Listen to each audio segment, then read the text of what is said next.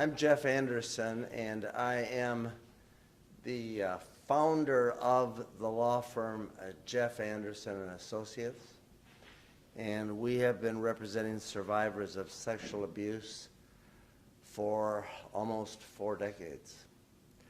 I'm here today with and on behalf of a very courageous survivor who has brought suit here in San Francisco, and we'll talk more about that. I stand and we stand on his shoulders and the shoulders of all the other courageous survivors that have come forward and now, under a new law in California, have a chance to come forward and have a chance under a new law to do something about what was done to them as kids, and we'll talk more about that. I also want to acknowledge I'm standing here with my colleague, Mary Alexander, a lawyer that has been practicing law in the Bay Area for many, many years, and we and Mary's firm have been working together in representing survivors for over 2 decades in the Bay Area here. Is that right, Mary? That's correct. And you'll hear more from Mary Alexander. I'm also standing with B. Mendoza, who is an advocate with our firm, and also will be addressing some of our comments and translating to Spanish, so we can have the Latino community know what it is that needs to be said about this new law. Also to B. Mendoza's right is Mike Finnegan. Mike Finnegan is one of the partners in our firm, Jeff Anderson and Associates, has been practicing here with us in California, and also had a very important role in architecting the law we call the Child Victims Act of California, the California Child Victims Act, that does now allow survivors of sexual abuse, the crime of sexual abuse, to bring a civil action against the offender that offended, raped, or abused any survivor in California, and also allows the survivor, the victim, to hold accountable any institution or organization that enabled or allowed it to happen. And that's what this lawsuit does. This lawsuit does identify as the plaintiff Robert J. Goldberg. Robert Goldberg chose to use his name. He did not have to. Under the California law, it could have been John Doe. He could have remained anonymous. But he chose not to. And the reason he chose not to use a John Doe and to use his name is that only recently did the perpetrator, Donald McGuire, the most prominent Jesuit perhaps in the world for many decades, only recently did McGuire finally break the hold on him that he had over him. And we'll hear more about that. The survivor in this case, this is a picture of him, and we call him Bobby. And this is him and the perpetrator, Donald McGuire, when Bobby was 11 years old. And it was for years that after the age of 11, after grooming him, that he continued to abuse, to rape, and to cause this then child grievous harm.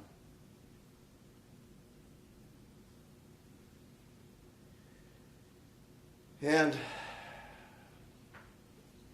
it is also known by us, and we're here to discuss today the Jesuits, the religious order that Donald McGuire was a member of, as he abused this child, but also the religious order and all of its top officials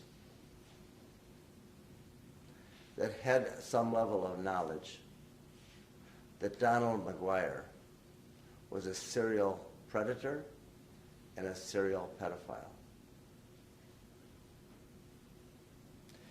And the patterns and practices employed by the top officials of the Jesuits are detailed in this 50-page complaint.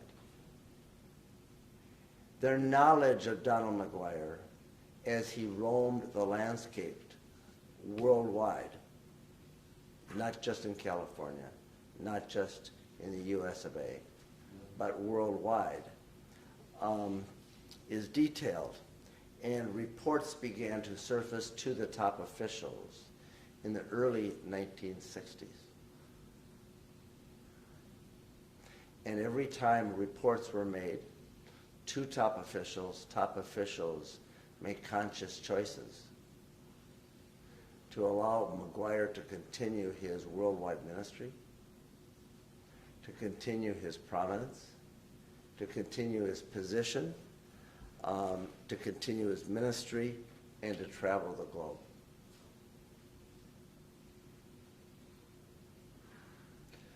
Donald McGuire, and Mike, hold a picture up of him, became so prominent that he created his own ministry, and as he would travel the globe, he would recruit kids and parents to follow him. He became the confessor and strongly aligned with Mother Teresa.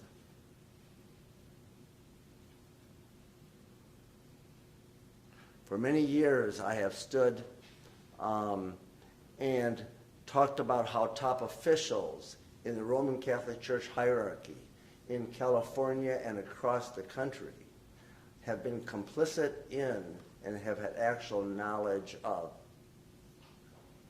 serial offenders such as Donald McGuire. This is the first time we've had a saint implicated, and it brings me no joy to talk about that here today. But we need to. First, let's talk about what the conscious choices that were made by the top officials, the members of the Jesuit order, who were called provincials. Provincials are like the top bishops. And detailed here and in the complaint, reports began to surface in the 1960s and 1964. The provincial in Chicago, John Connery, had knowledge of his relations. That is McGuire's sexual conduct and rape of kids in Austria. In 1981, the Chicago provincial, a top official in Chicago, where McGuire had been assigned by the Jesuits and the top officials there, were informed of his termination from the University of San Francisco and made a recommendation he receive evaluation for pedophilia. In 1991, Father Robert Wild, a provincial in Chicago, receives notice that McGuire had been traveling with a 16-year-old boy and many others.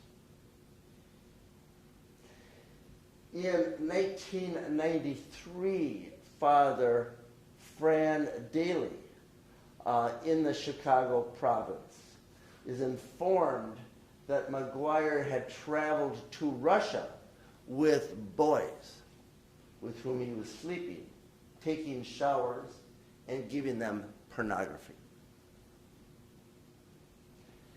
In 1993, Father Bradley Schaefer, the Chicago provincial top official, sends McGuire for an evaluation for his misconduct with boys to St. Luke's Institute.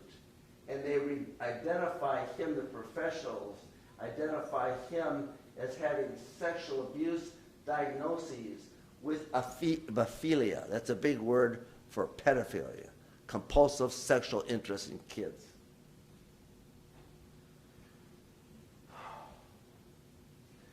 In another provincial, Father James Geschwin heard from the mother of a McGuire victim in 1995 that her son had traveled with McGuire for several years, and she saw McGuire touch her son and complain of it. He continued and was allowed to continue by them. Father Richard Bauman in 1998 issued McGuire a letter of good standing, 1998. After learning that McGuire has had a history of inappropriate incidents with adolescents, their words. And in 2004, Father Edward Schmidt, another provincial top official in the Jesuit order, failed to monitor McGuire in 2004 despite knowing of this history, and failed to inform the public, the police, the parents, the kids, the people, or anybody else, as did all the top Jesuit officials. Thus, this lawsuit names the Jesuit order and the Jesuit worldwide order for its choices and its failures to protect the kids, and its choices to continue to protect Donald McGuire as a serial predator for 5 decades of sexual abuse of kids. 5 decades, over 50 years. It also names the Archdiocese of San Francisco. And why so? The Archdiocese of San Francisco gave permission to Donald McGuire and the Jesuits to allow him to work here. And in 1970, that's when he began to abuse Bobby Goldberg, this kid, and continued that abuse both here in San Francisco in the early 70s and beyond for many years, and many other kids. So the Archdiocese of San Francisco bears and shares responsibility under the law, and allows this survivor to bring this action against the Jesuits worldwide, the Jesuits in the US of A, the Archdiocese of San Francisco, and the organizations that made the conscious choices to allow this serial predator to roam the landscape worldwide. And when I say roam the landscape worldwide, this is, and represented by the red dots, the assignments where McGuire was allowed to roam, to minister by the top officials in every continent on this side of the globe.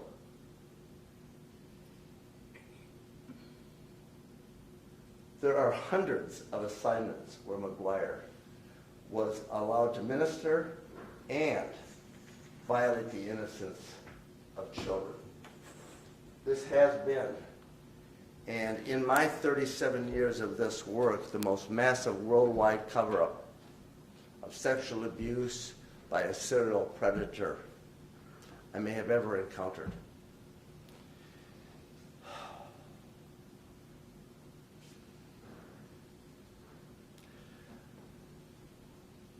There also is a question, why then is Mother Teresa even being discussed in this complaint or a part of this case? Not because we chose to, but because the Jesuits themselves got great,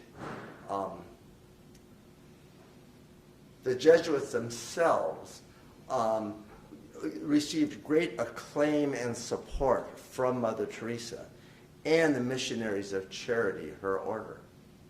And because Donald McGuire was her confessor, and he touted that worldwide, he was allowed to minister to all these families worldwide and used his relationship with Mother Teresa and the good work she was doing to access kids and violate their trust.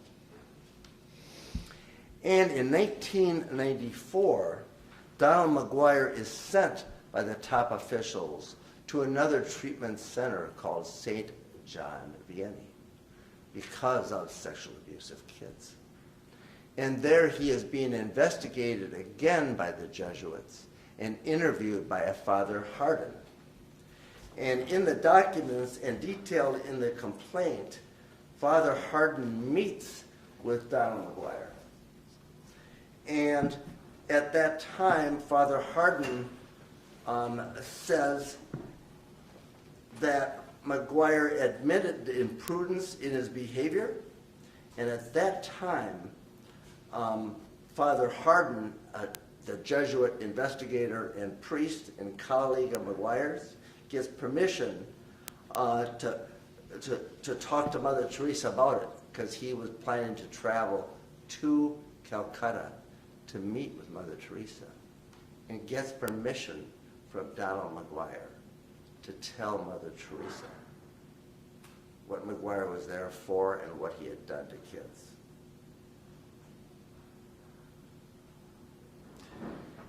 And then in a letter from Mother Teresa on the stationery of the Missionaries of Charity, her religious order, she writes to the provincial, to the head of the Chicago Jesuits.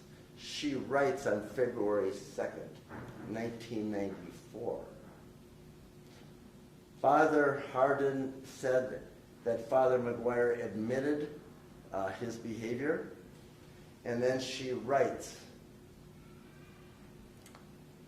"We, in the Missionaries of Charity, will do all in our power to protect him and the priesthood of Jesus Christ, which he bears, when he once more takes up his mission with us."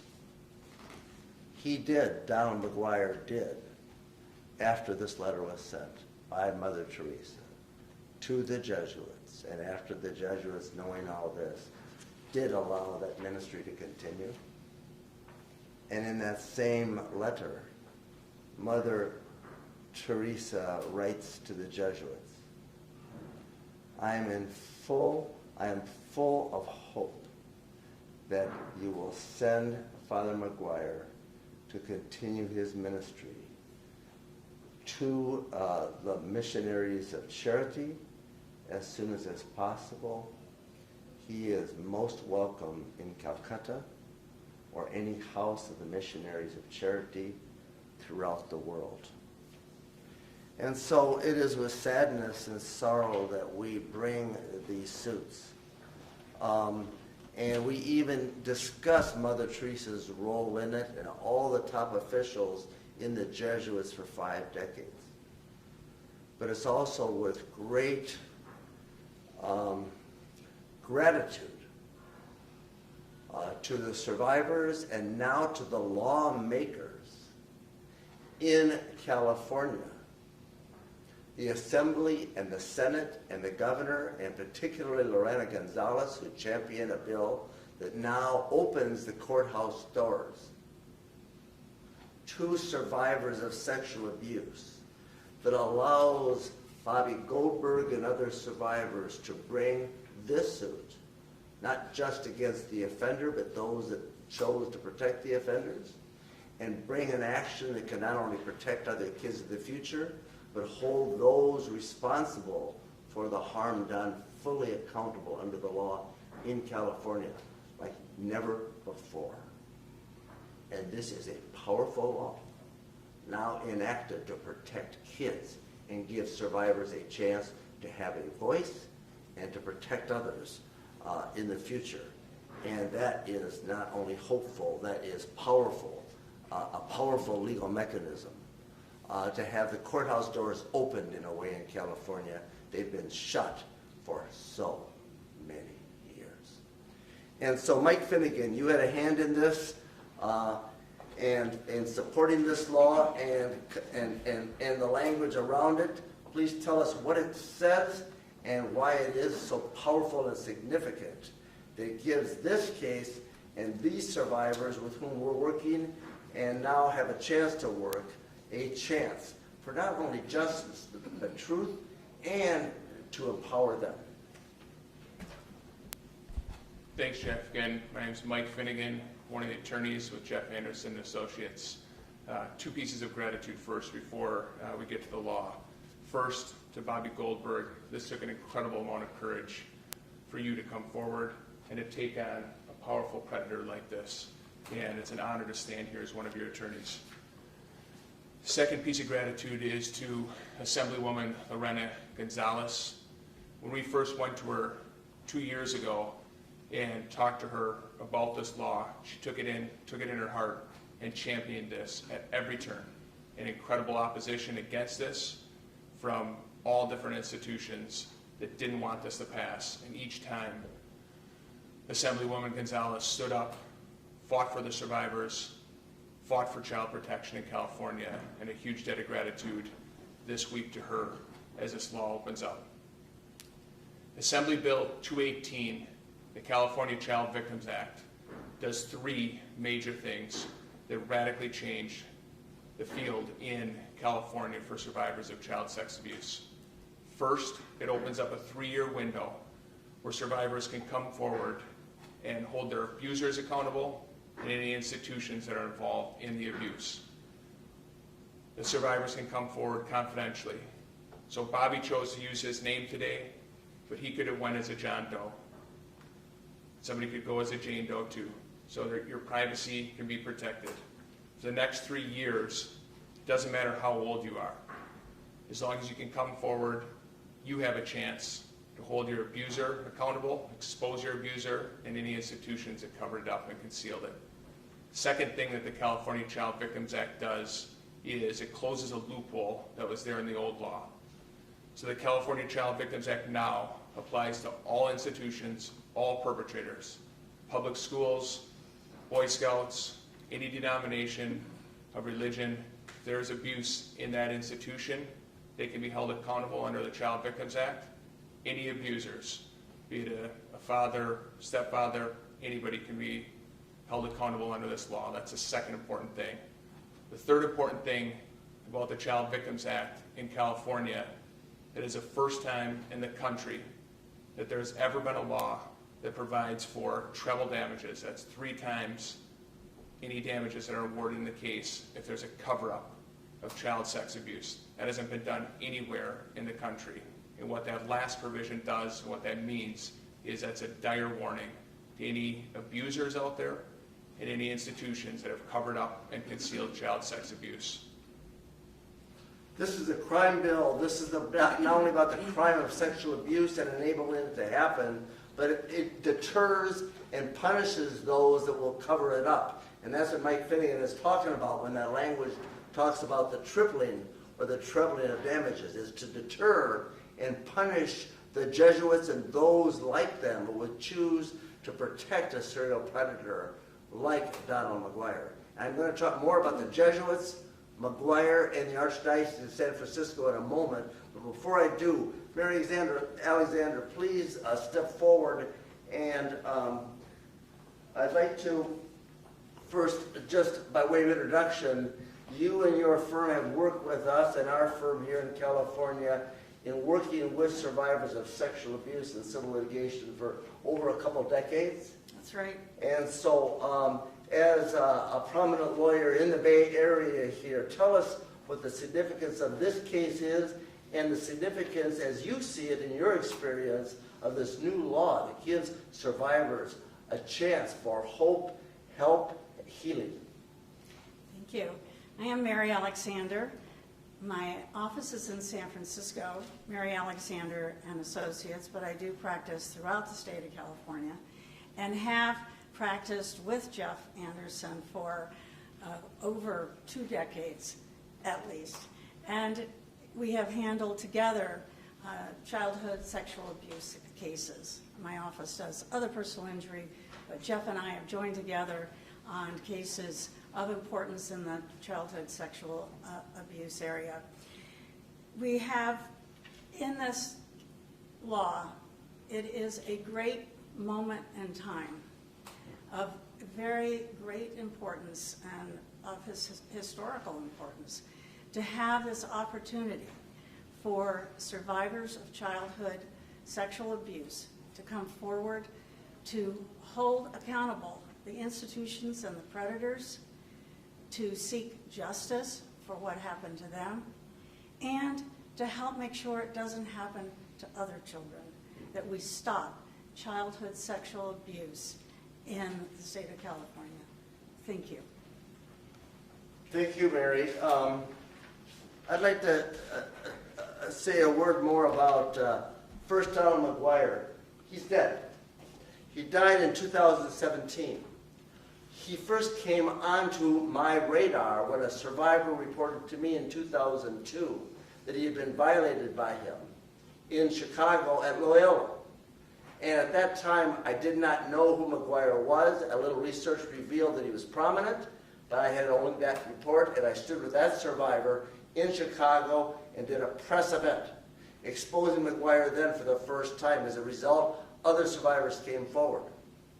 And we were able to get some information, but because the statute of limitations prevented us from excavating the true history, McGuire continued, and we couldn't do anything about it.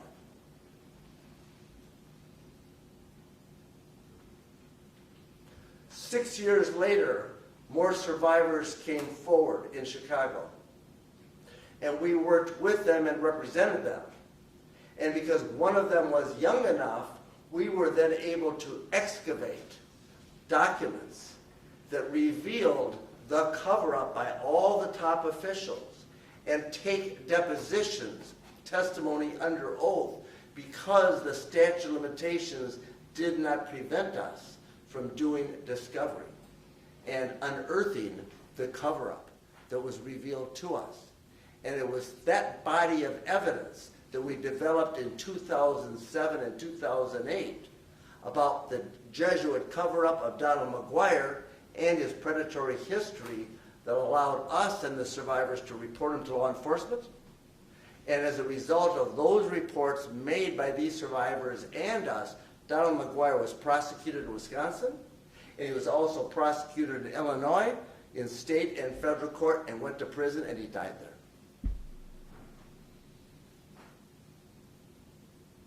So Donald McGuire's no longer an individual risk to children. But Bobby Goldberg and every survivor that comes forward can know whether the predator is alive or dead doesn't matter. The harm that was done is evergreen and alive and well. And it is the practices and it is the reckless choices made by the top officials and, in this case, the Jesuits and the Archdiocese of San Francisco that are so perilous. Because it is time for the Archdiocese of San Francisco and the Jesuits to come clean. To name all the offenders that they know, like Donald McGuire, that they gave safe harbor to, that exist, past and present. And to come clean with all the top officials who were complicit in that. And we know in the Archdiocese of San Francisco, there is a list maintained by the Archbishop, currently and in the past, that they have kept secret, of people priests who have worked in the Archdiocese of San Francisco that they know are credibly accused and that have been reported to them on whom they have files, just like McGuire and other priests in San Francisco. And it is the Archbishop and his predecessors have chosen to keep and hide that. This law allows it to be excavated. But we can't wait. So we didn't wait for this case and others like it here to excavate and uncover that information. So we have prepared and disseminate today a report called the Anderson Report. Sexual abuse in the Archdiocese of San Francisco.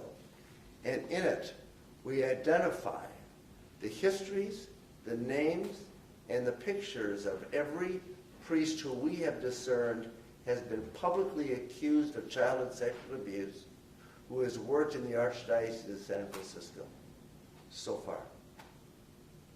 And we now publish this on our website at andersonadvocates.com. We have copies here available to be disseminated, and in this report, we now have 136 individuals who are clerics who have worked in the Archdiocese of San Francisco and who have been publicly accused at one point or another of child and sexual abuse. And we include their histories here. And of course, Donald McGuire is among them.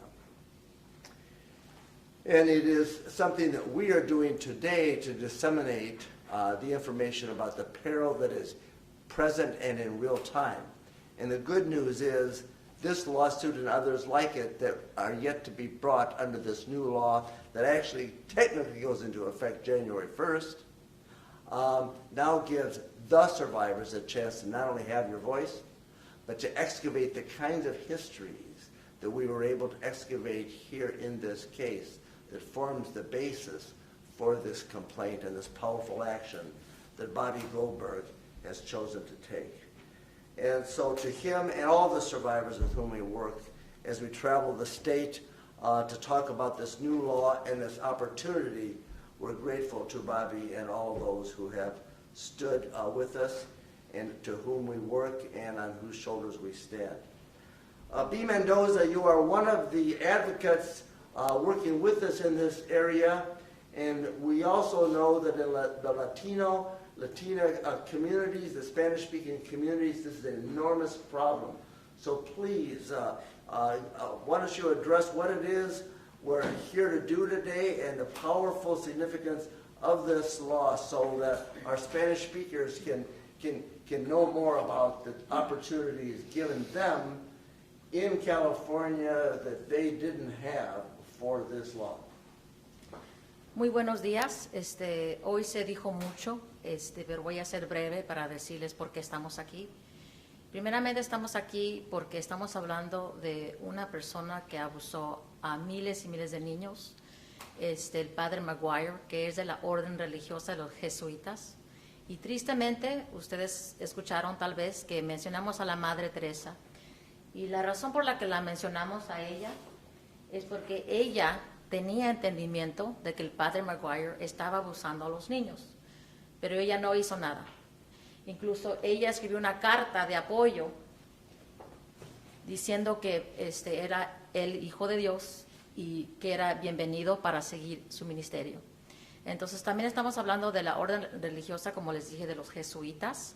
Ellos supieron del crimen que el padre McGuire estaba cometiendo por más de 50 años. Y aquí tenemos una foto que muestra que los oficiales de alto rango sabían desde los 60s que el padre McGuire estaba abusando a los niños y no hicieron nada. Entonces, estamos aquí para decirles que se debe poner un alto a todos los que están abusando a los niños, sea un padre, sea en el bosque, donde sea que se estén abusando a los niños. Queremos ponerle un alto. Y también estamos mencionando a la Arquidiócesis de San Francisco, porque también aquí trabajó el padre McGuire. Y no hicieron nada. Ellos sabían lo que él había hecho y lo dejaron seguir trabajando, lo dejaron continuar en su ministerio. La Arquidiócesis de San Francisco no ha dado su lista, pero el reporte Anderson el abogado Jeff Anderson, sí tiene un reporte. Y en este reporte están 136 nombres de padres que han sido acusados, o miembros del clero que han sido acusados de violaciones en contra de los niños. Es un crimen y nadie hizo nada. Entonces estamos aquí para decirle a la Arquidiócesis de San Francisco que sean responsables, que den una lista y que den el paradero de todos los que han sido acusados de abuso sexual. Y también estamos aquí rápidamente para decirle sobre la nueva ley. La nueva ley que protege a las víctimas de abuso sexual infantil. No importa cuándo ocurrió el abuso. Esta ley de 3 años se abre el 1 de enero hasta el 31 de diciembre de 2023. Tienen 3 años, como les dije, no importa la edad, no importa cuándo ocurrió el abuso. Ellos pueden meter una demanda en contra de su abusador y en contra de las instituciones que encubrieron este crimen. Entonces, esa ley es algo muy importante que quiero que entiendan, que también pueden recuperar daños por el encubrimiento a el abuso. Entonces, muy importante, 3 años, no importa cuándo ocurrió el abuso, no importa la edad de la víctima. Entonces, por favor, corran la voz, es muy importante que sepan eso, que ya le hagamos un alto al abuso sexual en contra de los niños, porque es un crimen, y esta nueva ley le va a dar una voz a los sobrevivientes, le va a dar una oportunidad y va a posiblemente a que los abusadores de niños pongan un alto, porque ya no más. Esta ley va a proteger a las víctimas. Gracias. Thank you, B. Mendoza. Let me just conclude by stating that the California Child Victims Act gives survivors of any kind of abuse the opportunity to expose, to sue his or her offender, and to expose and hold accountable any institution or organization that allowed it to happen. We and our team are traveling the state of California, filing this case and others against the religious orders, the Jesuits, and the Catholic bishops across the state of California. And why are we starting here and with them?